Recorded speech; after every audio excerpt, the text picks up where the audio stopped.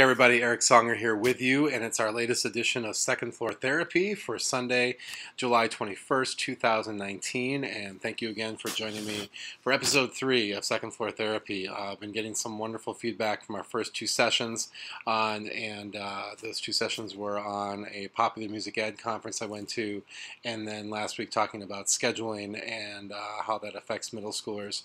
And today I'm going to start in with a topic that's near and dear to my heart, which is cliques. And I have a ton of stuff to share with you here today, and I'll probably share some or save some of this stuff for a future episode. But I think it all starts with, first of all, my own personal experience. Sorry for the shaky camera there. My first personal experience when I think back to middle school and high school, and I think that one of the greatest experiences I ever had was I was in a trombone section in the band, and there were 6 of us in the band, and we all were quite different. First of all, I was really into music. I couldn't get enough of music. I just kind of focused in on that all the time, and that was kind of my thing. There was another guy in the section who also loved music, but he was also a great athlete. He was one of the top football players in the school. He was on the golf team. Wonderfully gifted athlete. There was a third guy in the section who was very popular. He was in the popular crew. I mean, he was a couple years younger than me and this other guy I mentioned. And who knows why somebody's popular sometimes, but he was, and that was his deal. He was also into other things too, but that's just what I remember about him, that everyone was like, oh, they wanted to be like him because he was like the popular guy. There's another guy who was a lot like me in that he loved music, was also a very smart student, maybe a little bit more shy. Maybe I just thought that because, again, he was a couple years younger than me. Another guy who was really into fixing things, whether it be cars or working with metals or woods and doing things like that. And a 6th guy another guy who loved music, but he was more of kind of the alternative kind of student at the time, wore black a lot, was probably into skateboarding, and so we were all quite different in our section, but the cool thing is we all had the trombone in common, and we all got to spend 1 hour a day together every day making music together, and we really respected each other. And even though none of us would hang out with each other outside of this class, we really enjoyed each other's company. And I remember a couple times, many times actually, going and cheering my friend on at football games. And he actually convinced me to go out for the golf team, which was cool. So I actually was on the golf team in high school, and I owe him a lot for getting me to branch out and do that. I remember getting together with one of the guys, and we all got together and did oil changes on our cars, and that was super cool. And he kind of taught us how to do that, so that was neat. So we would cheer each other on. We weren't like best friends. But again, we respected each other, and we respected each other's groups. And when we saw each other in the hallway, if the kid who was in the popular crew was with all of his popular friends, and I was with all of my band geek friends, and we were talking, walking one way down the hall, and he was talking, walking the other way down the hall, we'd acknowledge each other and be like, hey, how are you? And I think sometimes his friends looked at me like, why are you acknowledging him? And my friends looked at me and said, why are you acknowledging him? But that was super neat. And I never really had a huge issue with cliques and popularity in high school. I think some people are able to rise above that a little bit, and I'm not trying to say I'm all high and mighty and great or everything, but it was just something that never really bugged me. I didn't really care. I had my friends. I had the people I wanted to hang out with. I didn't care where I was on the status ladder.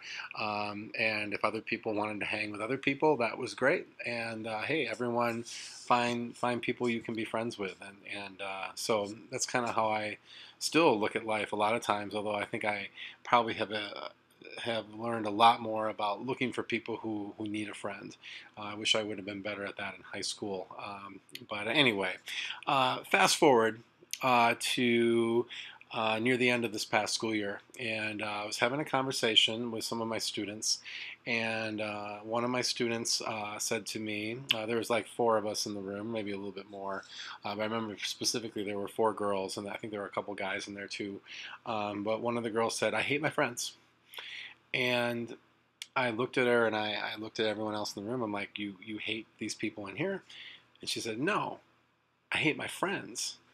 And I said, these aren't your friends? I mean, you're sitting here talking to them. You guys are having a fun time." And she said, "No, the people I sit with at lunch." And I'm like, "Oh, all right. So why don't you hang out with these people that you're talking to in here?" And she said, "Well, I can't do that." And I'm like, "Well, why not?" And she's like, "Well, they're not in my group." And the conversation was very, very difficult and challenging because I guess I don't completely understand why you wouldn't make a change. Now, I get that middle school is a really hard time on so many levels, but a lot of kids are making friendship decisions, and friends come and go in middle school as you grow older and find out what you're into and find out what makes you click as far as other friends. The people you were friends with in elementary school aren't always your friends in sixth grade and seventh grade, and then even within middle school, things change. So those things are perfectly understandable. But to me, I'm sitting here analyzing the situation and saying, I know you four really enjoy each other's company. So if there's other people that are bugging you, why don't you hang out with these people more often? Because quite honestly, I know all of these people, and you're all very committed to friendships, and you're all super nice. You're super honest. You don't have a mean bone in your body really, and why don't you make those your friends? So I think that's where this podcast starts today. Like, how do we look at what middle school kids are going through when it comes to friend groups and cliques, and how do we help them through that?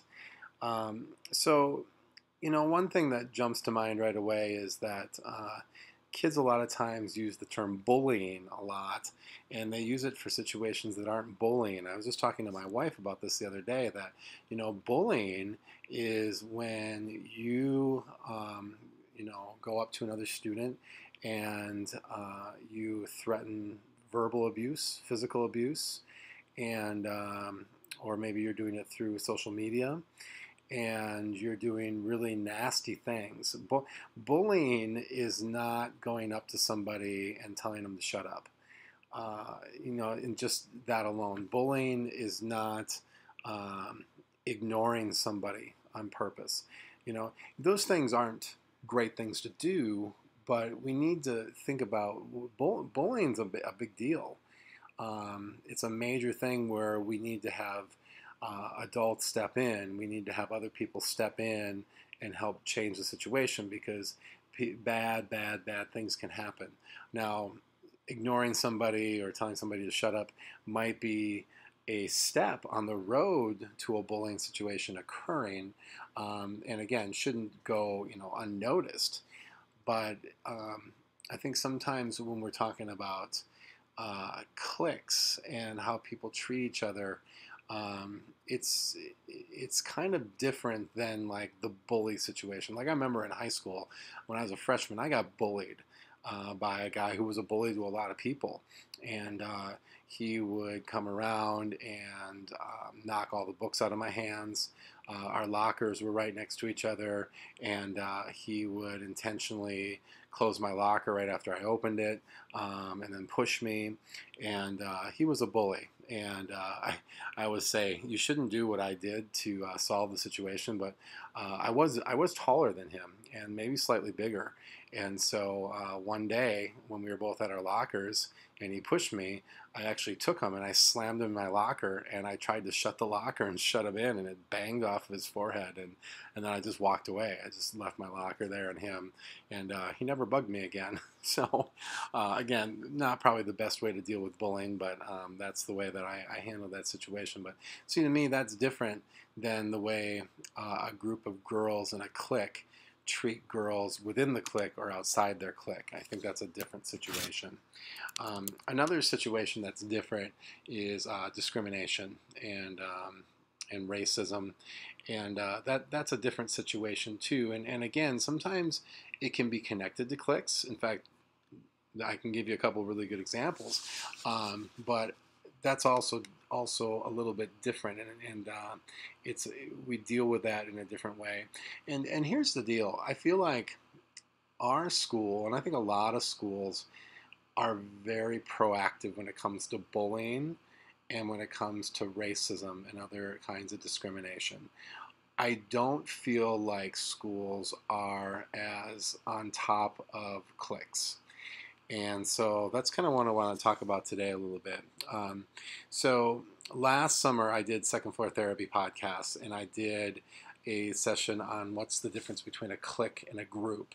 And this is one that I might revisit in an upcoming week. But one thing about cliques is that in a clique, everyone is trying to be like each other, and they feel like it's very important to be like the leader of the group and to have their recognition and their acceptance.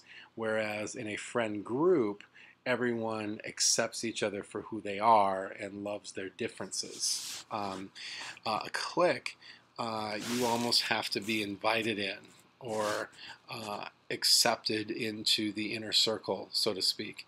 And there might be a process, like you might have to dress a certain way. You might have to, my wife always tells the story about how she was invited to be in a friend group, or a clique actually, but they told her she couldn't be friends with these other friends that she had. So that's very exclusive and, like I said, inner circle kind of situation. Whereas a friend group is very inclusive. They will let other people into their group. In fact, a lot of times you're not even really sure who's all in the group because people just kind of come and go and they're all accepted into their group. So those are some big differences between what a clique is and what a group is. So anyway, how do we in a school help these girls that were talking to me and who were not liking their friends because it was basically they're in a clique. This one girl was or still is in a clique of girls where there's an expectation. And how do we help those kids who are in a clique realize that they're in a bad situation? And how do we help kids that aren't in the clique realize that they don't want to be in the clique? So some of them want to be. They want to be in that group. And we need to convince them, no, that's not where you want to be. And also teach them that here's a great group of people that you're friends with, kind of like the girl I was talking to. Why don't you just hang out with this group? You're going to be happier. It's people that you can trust. It's people that you love and love you back. And how can we help people with that? So I have some things I'm just going to run through here tonight for both teachers and for parents. And I think parents are a big part of this, and I'll talk a little bit more about that here in a minute. But I think the first thing we need to do as adults is we need to observe. And from a teacher standpoint, observing obviously in the classroom, but classrooms it's probably the least often. Cliques can rear their ugly heads in classrooms, especially when you're doing group work and things like that. But passing time, before school, after school, lunch, at the bus loop, on field trips, this is when you really see kids being nasty to each other. And so that's a really huge thing. And what's really hard is that in today's day and age, it doesn't end after school. It continues on social media. And that's a hard one because, well, whatever, being present during passing times and after school, before school, that's hard too as a teacher, because we're trying to deal with other things during those times, preparing, wrapping up things up, meeting with kids. But seeing what's going on social media is really hard, and that's where the parents really need to step in and be a part of this, and need to have some sort of ability to see what's going on with their child on social media, if not completely disallowing social media completely, whatever the situation is. I'm not going to get into where my thoughts are on that tonight, but I think that's really important. Number two, we need to step in. We need to step in when we see problems, and we need to not let things go, and we need to be able to address those things. Number three, don't fall into traps. Some of these kids who are in cliques are very sneaky, and they can be very pleasant to teachers and even their parents, and make it seem like they're a perfect angel. And believe me, I've seen plenty of kids who act like perfect angels, who are extremely mean to their peers, and who can be very sneaky bad people. Not bad people, but make terrible decisions that really negatively affect other people. So watch out for that. As teachers, we sometimes tend to really love some of these kids who are in cliques, because sometimes they have a lot of confidence, sometimes they're very smart, sometimes they're very interested in our class, and have an expectation of doing well, and sometimes they actually have this, it's almost like this ulterior motive to come across as being this perfect angel to their teachers, so that when they treat other students so terribly, almost teachers will take their side on it. And the kids who are treated terribly by them will think, well, man, all these teachers love them. I must be the wrong one doing something wrong. So as teachers, I'm not saying we got to be mean or not nice to these kids in cliques, but we have to be able to call them out, and we have to really, really get to know these kids and see, okay, wait a minute, don't be two-faced. So that's a big thing. Group work in class, I think, is a big thing too. And I have a class where there's a lot of group work that I teach, and I very rarely let the kids choose their groups. And one reason I do that is because I want them to get to know each other. I want them to get an opportunity to work with other kids, because in our lives, when we take a job, we don't get to choose who we work with. When we live in a neighborhood, we don't get to choose our neighbors. It's really important to be able to learn how to deal with other people and to work well together with other people. And if we let kids choose their groups all the time, it's just going to build those cliques, and it's going to build those labels. So we don't need to do that. Last week I talked about required courses, and I think it would be really cool for kids to all have to take every subject area in middle school, and so that there's not any kind of labels being based on, I'm the athlete, I take Phi Ed as much as possible. I'm the musician, I take music as much as possible. I'm the artist, I take art as much as possible.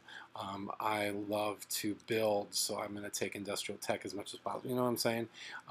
It's great that you have that passion, and I think there comes a point where you need to start specializing, but I think in middle school it would be great if everyone just had, you all had to take a music class, you all had to take a Phi Ed class, you all had to take an industrial tech class, etc. Another one, I think there needs to be some sort of, I already said this, not necessarily a consequence, but a calling out when students are given attitude, when they're being exclusive. And I think that goes overlooked way too much in our schools. And I think parents, this is a big one for you too. You need to know when your child is being exclusive, or when they are being nasty to somebody. And again, knowing your social media, your kids' social media is huge. But also just, knowing who they hang out with, knowing who their friends are. One of my favorite lines is, if I don't know you, but I know your 5 best friends, I could probably tell you a lot about yourself.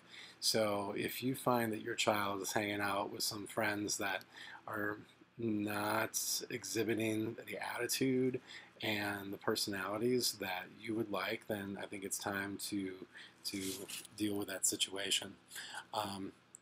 The next one is just being kind. And as a teacher, as a parent, as an adult, to show as much kindness as possible towards everybody.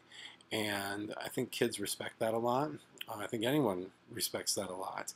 And if we can show kindness to even the student who is the biggest behavior issue, for the student who struggles the most academically, who maybe is the weirdest student in our class, to maybe to the student that is the class clown, to the one who asks too many questions, whatever the case, if we can show kindness, I think that rubs off on kids. Even those kids in those cliques, I think they realize that, oh, this is a teacher that everyone respects. Look at how kind they are. Maybe there's something to that being kind business. I really am a firm believer in that.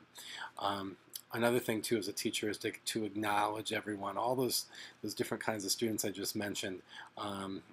It's important to acknowledge them, and especially those kids who kind of are in the middle academically, students who are shy, introverted, don't say much, to acknowledge them. And I'm not saying call them out in the middle of class, especially an introverted kid, and be like, oh, this is great work, blah, blah, blah. That might just kind of scare them a little bit. But I think just, in your everyday business, you're walking down the hall, you see one of those kind of introverted students, and you're like, hey, I just wanted to pull you aside real quick and say you did a really good job on that last project. You worked really hard, you showed a lot of creativity, some good teamwork, and you really made some great improvement in your knowledge in this area. And you do that during a passing time or a lunch situation. Not that you're doing it for other people to see, but they're going to see it. They're going to, again, notice that kindness and that consistency. And you're going to build up kids' confidence regardless of what kind of group or clique they're in. Conversations, I think, are huge. I think we need to build in time to our day as a parent, as a teacher, to have conversations with these kids and talk to them about cliques and talk to them, just like the conversation I had with these 4 girls. We need to talk about it. We need to get things out in the open. We need to know that it's there. And we may not be able to solve everything, but if we don't talk about it and almost pretend like it's not there, and all I'm going to do is teach my subject area and worry about bullies and kids who are discriminating, and that's not enough. It's definitely not enough. We need to have conversations. And then the last thing is just to speak the truth. And once again, kind of going along with having conversations, kids really appreciate the truth. Everyone appreciates somebody who's honest, and we need to be truthful with each other. And once again, if somebody's being frustrated because they want to be in a clique or something like that, and we have a heart-to-heart, and we are truly honest with them and be like, why would you want to be in a group like this? This is what they do. This is what they believe in. And this is not you. You don't want to be that kind of person. Or you deal like the girl I was talking to who is in somewhat of a clique. Why do you want to be with these people? This is not who you are deep down. And why are you doing this to yourself? And it's not that easy. They're not going to just say, "Oh yeah, you're right. I'm going to stop hanging out with them." It's going to be a gradual process, but I think it's something that needs to happen. I was talking to my wife the other day too. Another thing I didn't write it on my list that she said is some of these kids need to get out of this community, out of their school, out of their community. They need to, we could go as far as saying being like a foreign exchange student or going on a camp.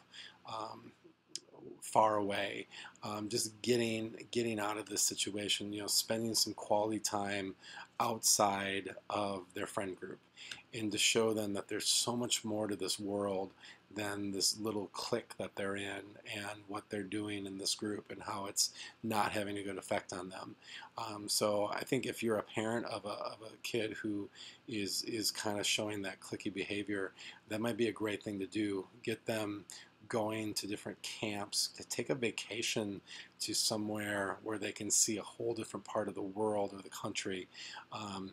Get them into a church group or some kind of group where they're surrounding themselves, maybe playing a different sport, getting into a certain activity where they're meeting different people outside of their group. And sometimes that can be an easier thing than saying to them, hey, you just need to pick new friends, because that's probably not going to work. So, I really like that idea too of doing something like that.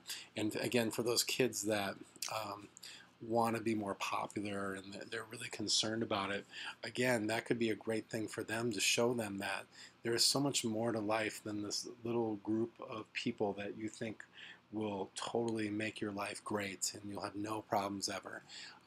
And then you go and join a new activity where you meet all these cool people, or you go on a church camp and make all sorts of new connections, spiritually and with other people, or maybe you take a family vacation to New York City and you see this incredible city where there's so many people all with their own stories and living in this crazy cool place, and how that that's so big and so different than what you're in here in this situation.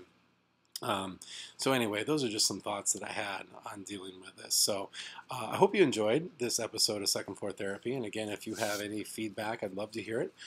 You can email me at Eric, ERIC, at songerstudio.com. I try to blog. I'm not that great at it, but you can always check out my blog, which is ericsonger.blogspot.com. I'm already a couple episodes behind in blogging about what I've talked about. And I'm on Twitter at Eric Songer, and I'd love to hear about what you think about cliques and friend groups and anything you'd like to add. So it's a huge topic, and it's something that is huge in our school, and it's huge in probably every middle school and high school and even elementary school across this country. And it's something that I actually think a lot that when people rip on politicians, which happens all the time in our country, and we're lucky that we have the freedom to do that, but I think sometimes that what I see in middle school with cliques and how middle school kids treat each other, it's almost like what the Republicans and Democrats do to each other. Which I guess doesn't give you a good impression of what I think of politics with how mature our politicians are. But sometimes I think it starts in middle school, the way that they don't respect each other, the way that they can't accept each other, and they can't accept differing opinions and differing beliefs, and they can't accept the way people dress, or how much money they make, or anything like that. They just have to instantly hate instead of talking and accepting and trying to understand each other. And I think it's really important. I really do. I think this is not just something that just happens in every school and that we just have to accept it. It's like, oh, this is a stage in middle school. They're just going to have to go through it and get used to it. I refuse just to say, all right, we just won't talk about cliques then. We'll just let it happen, and it'll be all right. We're all right. We all got through it, right? Yeah. And by the way, this is still a problem, what I see at my age, too. There are still people at my age who are in cliques and who want to be in the cool group and exclude others. It still happens at our age, in our neighborhoods, in our communities, in the workplace. It's still happening. And again, I'm lucky that it really doesn't bother me. I hang with who I want to hang with, but I see it. I see some of my friends really struggling with it at my age, people who are exclusive. And again, it shouldn't shock me because we have politicians who are my age who struggle with it. So it's something that we really need to deal with. Bullying's a big deal. Discrimination's a big deal. This is also a big deal. Thanks so much for joining me on Second Floor Therapy.